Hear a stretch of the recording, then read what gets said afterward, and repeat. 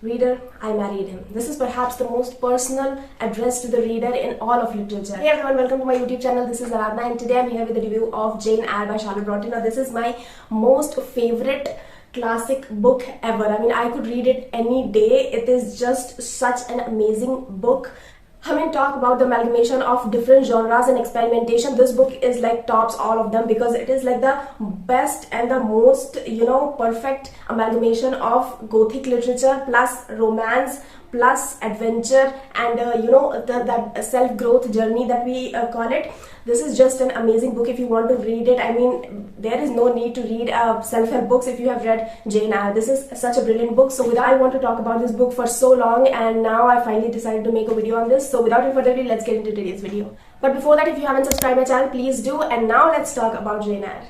So the book is a pretty big one because it contains more than 500 pages and according to me, this book should be read in 4 parts because it kind of divides Jane's life into 4 different levels or like 4 different parts, because I mean every person in their life have these type of divisions, their childhood and their adulthood and their spiritual growth and their intellectual growth and all those kinds of things. So that is the same thing about Jane Eyre. She is a woman who is striving to be not the perfect human being, but be a little bit better than she has known people to be. She wants to be a good person, and I think this should not be read as a feminist text as people often describe it. Kind of talks about the growth of a human, be it a man or a woman.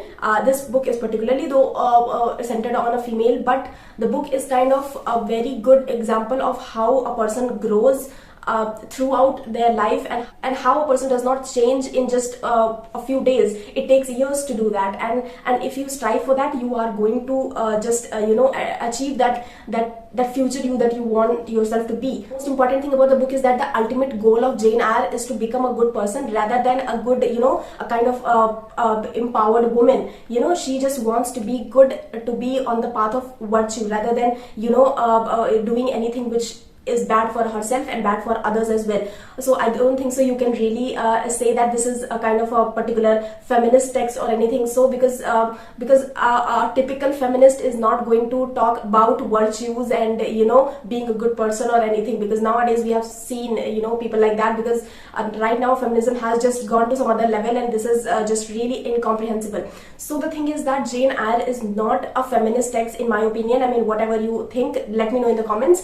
So in my opinion, this book goes far beyond mere feminism. She is a person who is standing up for truth, who is standing up for virtue and not doing anything which might be bad for herself and for the society and for anybody, so to say. So first of all, let's take a look at the summary of Jane Eyre and what the book is all about. So the book is kind of divided into 4 parts, which the 4 stages of Jane's life are her childhood and then her becoming a governess and then going into exile, and 4th is returning and becoming the wife of Mr. Rochester. Now, spoiler alert, please read the book and then come to this review. So let's talk about Jane's childhood. Jane's childhood is like really bad. I mean, I could really relate her to the childhood of Fanny from Mansfield Park by Jane Austen.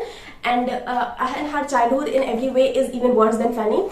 She is really in the depths of misery, as you can call it. Her aunt doesn't love her and she's an orphan and she is living with her aunt and she has nobody in her. The only companion she has got is this nurse at her aunt's house, whom she has a little bit faith into and whom she loves, and who is constantly involved in her thoughts as well, at least till the time when she goes to school and all. Broadly, there are 2 parts in Jane's childhood as well. First is as an orphan, second is when she goes to the school. Okay, so first of all, her childhood is pathetic and her journey on the spiritual path or on the growth of her mind and intellect comes into being when she goes to the school for the very first time, though her experiences are not that good. Her school is like the first path of her journey, and where she comes to know about the greater good, the higher virtue, and how trivial her problems are and how she has to tackle them. I mean, that is the highest point of her getting into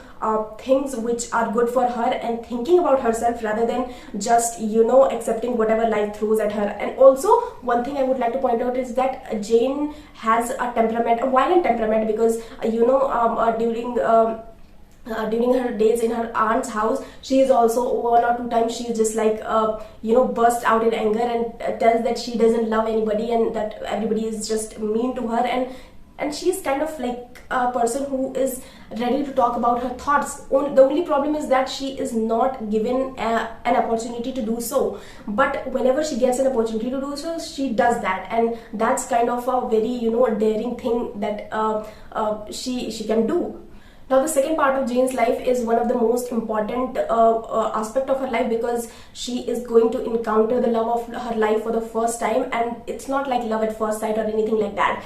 She does not really like Mr. Rochester when she first sees her, and she is like, he's kind of an arrogant, and it's not in a playful way that she thinks so. She thinks him to be a little bit arrogant, and she really is very confused to make a regard for him. She's like, I don't really feel what kind of a person he is. She goes to tutor Adele, this daughter of Mr. Rochester, and her identity is unknown because we don't know about Mr. Rochester's wife for like almost half of the novel, and Jane is also discovering what is the suspense, what is the secret of this family, and I really don't know about it, and how to know about that, and the reader is also curious. This is one thing that we grow along with Jane, in the whole novel. She doesn't know anything, we didn't know anything, and that is what makes the relationship between the reader and the protagonist Jane Eyre very intimate. And this is the thing that makes Jane Eyre such a personal and such a good book, that the readers are addressed every now and then by Jane Eyre herself. She is like, because this book is written in a way, it says that it's a biography, but it's not a biography, it's not an autobiography. It is though written by Charlotte Bronte, but it is written from the perspective of Jane Eyre, but it's not an autobiography because it is written by some other person. So it's a fictional autobiography, you can say that, if that's a term. So she is constantly addressing her readers, and when the things come that, reader, I married him, it is the peak of the relationship between a reader and the protagonist. I mean, nothing could be more beautiful than that. When you read that line, that reader, I married him, it just gives you goosebumps. It's really, really intimate. It's really amazing, because I haven't really read a book where I felt so much connected with a protagonist, and this is the first book where I felt that. I was like I am into the story, and I am with the journey with Jane Eyre, and that is what makes Jane Eyre, according to me, really such a successful novel. Now, Mr. Rochester falls in love with Jane Eyre during her stay in his house, and it's not like he falls in love with her because she is very beautiful or anything, because she is beautiful, but it's her virtues that kind of he admires, and he is not a good person. I mean, I wouldn't say he's a good person, because Jane Eyre also kind of gets a vibe from him that he's not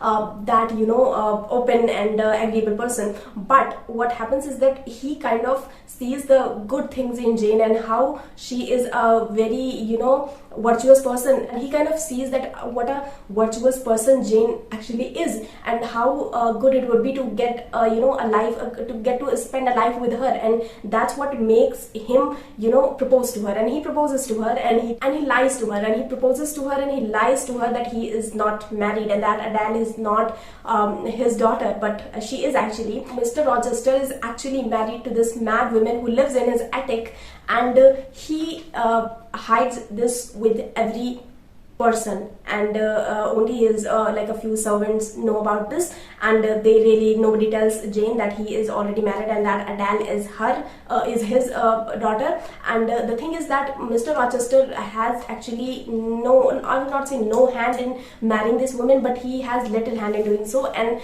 circumstances has it so that he had to marry this woman, and now he has a daughter and all those things, but he is not at fault with whatever has turned out in his life. But he does not tell all this to Jane, and they go to marry. But what happens is that there is this, I mean, I find it really comical that what happens is that they are going to get married, and everything is just set, and in the church it's like there is this thing that anybody has an objection with them getting married. It's like, who says that? And they are like, yes, this person rises up and he's like, yes, I do have, and this man is already married, and now you cannot marry. Jane is devastated. She's like, what the hell is happening? And she's really there to not even talk about it. She doesn't want to talk about it, but Mr. Rochester confronts her, and then he tells all the truth about her life to Jane, and he confesses her that he is madly in love with her and he wants to really spend all his life with her. And but here we see the most important aspect of Jane's life. I mean, how good she is. You are just going to fall in love with her. She is a person who is on the right path, he can say. She is on the right path, and providence is a kind of very important thing in the play. Providence means to be to believe that something is happening because God wants it to happen, and God has a plan for you. Basically it means that God has a plan for you and he's going to provide for you if you go to the right path. She is always on the right path. She is always trying to strive for the greater good, and she excels at that, I would say. Because what happens is that I'm going to just read a bit of this. This is 2 lines, and when Mr. Rochester confronts her that this is the truth and now I still want to get married.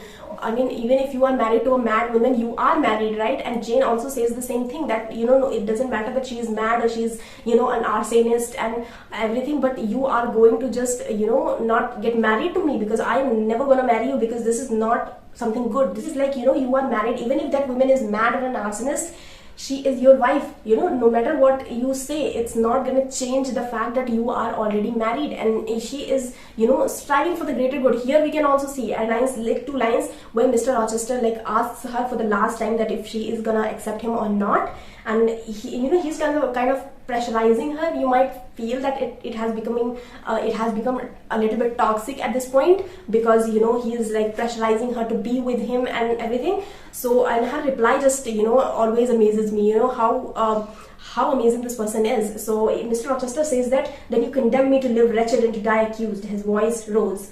She said, I advise you to live sinless, and I wish you to die tranquil. I mean, she is thinking about his greater good as well. I mean, she is not like, I have to be a good person. She is like, you should also be the good person, and that's what she always talks about in the book. She is so amazing and such a good person that you are going to really learn a lot of things from Jane Eyre. It's just a book which is going to lead you to a good path. Okay, and what happens is that after that she decides to run away. Providence again comes into the picture. She is like, she prays to God, and she's like, whatever may happen in my life, you have to provide for it, because I haven't got anybody else. You are the only person. Mr. Rochester was the person, but now he has also betrayed her and all that, and now only she has nobody but God. So, and after praying at night, she decides to run away at midnight. At 12 o'clock, she is like, this is the dead of the night and I am going to run away. Nobody's gonna. And she wants to see Mr. Rochester for the last time while leaving, because she really does love him, and she wants to meet him. But then she goes to his door and she doesn't enter. She doesn't open the door, and she's like, maybe that's a bad idea, I should not do that, and she runs away. And she has nobody with her. She has nothing with her. She is just alone with a good heart, with the faith that God is going to provide for her. Providence is with her. So yeah, that is the end of Jane's second phase of life, being a governess and falling in love with Mr. Rochester and almost getting married to not getting married. And yeah, now she is just out alone in the world where she has nobody to provide for and nothing to survive on. So now the third phase of her life is her exile with St. John. Now St. John is pronounced as St. John, but it is actually Saint John, and this is a Calvinist faith believer, and he is kind of a missionary who tries Jane to to get married to him and go to India for the spirit of Christianity and all that. He kind of talks to Jane on a daily basis when she, he provides her shelter and all that, and she also opens a kind of, a tutoring home coaching kind of thing for a few girls, and he's like, you are very well read and everything, you can just become a teacher and everything. So she starts, being independent and everything, but then he proposes to her, and this is like the worst proposal ever. He's like, I don't really love you or anything. It's not like that I'm attracted to you or anything, but you are like a well-read woman and a kind of woman that I would want to get married to, and I want you to be, my wife. these are the things that you have nobody, with you, and you have really no prospects in future as well, and you are just all alone. So why don't you marry me and just go to India with me and help me in my pursuit of spreading Christianity. So she's kind of like, no, actually. So she's like, I am not, she is free to marry him. I mean, she doesn't have any prospect, but she chooses not to. This is also a point where Jane is kind of a person who knows when to say no. First with Mr. Rochester, second with Mr. St. John. She's like, I am not going to marry you just because you feel that I am a good person and you should marry me. No, I am not going to marry you for that, because love goes hand in hand with marriage, because without love you are not going to make a good relationship, and that's gonna fall apart. So she says no to him, and he's like, I don't want to get married, don't get married, I don't really care about you. So it's kind of like his proposal was actually based on this philosophy that I don't really care about you, that's why I'm marrying you. So she's like, yeah, okay, if you think that is how you should propose and that is how you should start a relationship, then yeah, it's good that you don't get married to me or anything. So yeah, this chapter is closed in her life. Now what happens is that she finds her cousins actually, Anna, when she is during this exile, and she finds that she is her roots go to this family that she is living with, coincidentally, and yeah, she is like, he's very good, and that family is actually kind of related to St. John as well, and that's how she comes to know about St. John. And this is kind of like the circle is complete with this discovery, and she's like, she knows that where she belongs and at whose family she belongs, and these are distant relatives, but they are relatives. So it's kind of full circle for Jane. The most shortest phase of her life, which is described in the book, is her marriage to Mr. Rochester, and how she returns to the to Mr. Rochester. And so one day she comes to know that the house of Mr. Rochester was lit on fire and that nobody has survived and everything. So she goes there, and she's like, I need to just go there one day. And what happens is that before this, there is this incident which is described, which says that Jane kind of listens to hears the voice of Mr. Rochester saying, Jane, Jane, Jane, and she's like moved. She's like, she loves him, and she's kind of this, like, the supernatural kind of thing is it's kind of, it gives you goosebumps that how is this even possible, but it happens. And she kind of hears Mr. Rochester saying her name repeatedly, and she's like, I'm coming. And then she decides to go, that when she gets to know about this fire on Mr. Rochester's house, and she talks and she goes and she talks about to a few people and gets to know that nobody survived and all that. But she goes, and that Mr. Rochester has been kind of very much injured, and that his wife, who was the mad woman in the attic, she has died because she kind of jumped out of the building and she died doing that. Mr. Rochester has lost his eyesight, and that's kind of a bummer. And she is very happy that Mr. Rochester is safe and sound, and now he's unmarried. His wife has died, with whatever cause, because she was a jerk. And she also sets fire on Mr. Rochester once, and she also tears Jane's wail while she was getting married to Mr. Rochester. So she was like a very, very mad person. So she is kind of dead now. Mr. Rochester is a bachelor, and so yeah, she kind of get married to him, and that's how the line, reader, I married him. And I have no idea how many times I've said this line here, but I really do love this line. This incident of Mr. Rochester saying Jane's name repeatedly, this is connected reconnected by Mr. Rochester, that yes, I was saying your name when I was in I was in pain, I was taking your name. And she's like, how does that happen? I mean, she kind of really, her faith in God is kind of something that drives her to a good path, and that's kind of becomes her redemptive point, that she is always on the good path, and that's why God always kind of helps her. There are a lot of troubles in Jane's life, for sure. There are a lot of like, if we are on the good path, then I think nothing is that bad that it cannot be redeemed or anything. That's how Jane's life gets on the track, and she is a symbol of the spiritual growth every person goes throughout their life, and how you can achieve that by education, by thoughtful thinking, by being good in general, and and helping others, and being there for yourself, and saying no when it needed to be said. And those are the kinds of things that we really need to take away from this book. It's such an amazing book. I love this book, and I've read it twice. and I really want everybody to read this book. It's such an amazing book. So one of the most important thing that I also really got connected to was that Jane's temperament or her mood is kind of reflective on her outer environment. Nature plays a very important role in her life. She is like all the time talking about nature, and it is the kind of thing that she kind of describes how the nature changes according to her mood. At one point she says that nature must be gladsome when I was so happy. When you are happy, the outer things are happy, the nature is happy, the trees are singing, the birds are chirping, all those kinds of things. And another place she says that I don't have anybody else in this world, I have only Mother Nature. She says that I have no relative but the universal mother nature. I will seek her breast and ask repose. So she is always in the lap of nature, and she wants to be there, and she is there, and she is so grateful for that. And I think we all should be grateful for that, because most of the times we are getting on with this technology and everything, but nature is something where we should just go back to nature and just be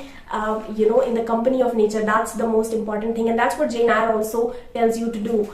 So more than anything, I believe that Jane's journey is a spiritual growth. So it could be called a spiritual autobiography. It's not a mere romance. It's kind of a amalgamation of both Gothic romance and spirituality and morality and all those kinds of things. So yeah, I think you should check out this book. I hope you all like the review, and if you didn't like it, you can comment that. If you liked it, then you can comment that. If you have read this book, you can comment that. If you haven't read it, you can comment that. So let me know what you think, and I hope to meet you in the next video. Till then, bye bye.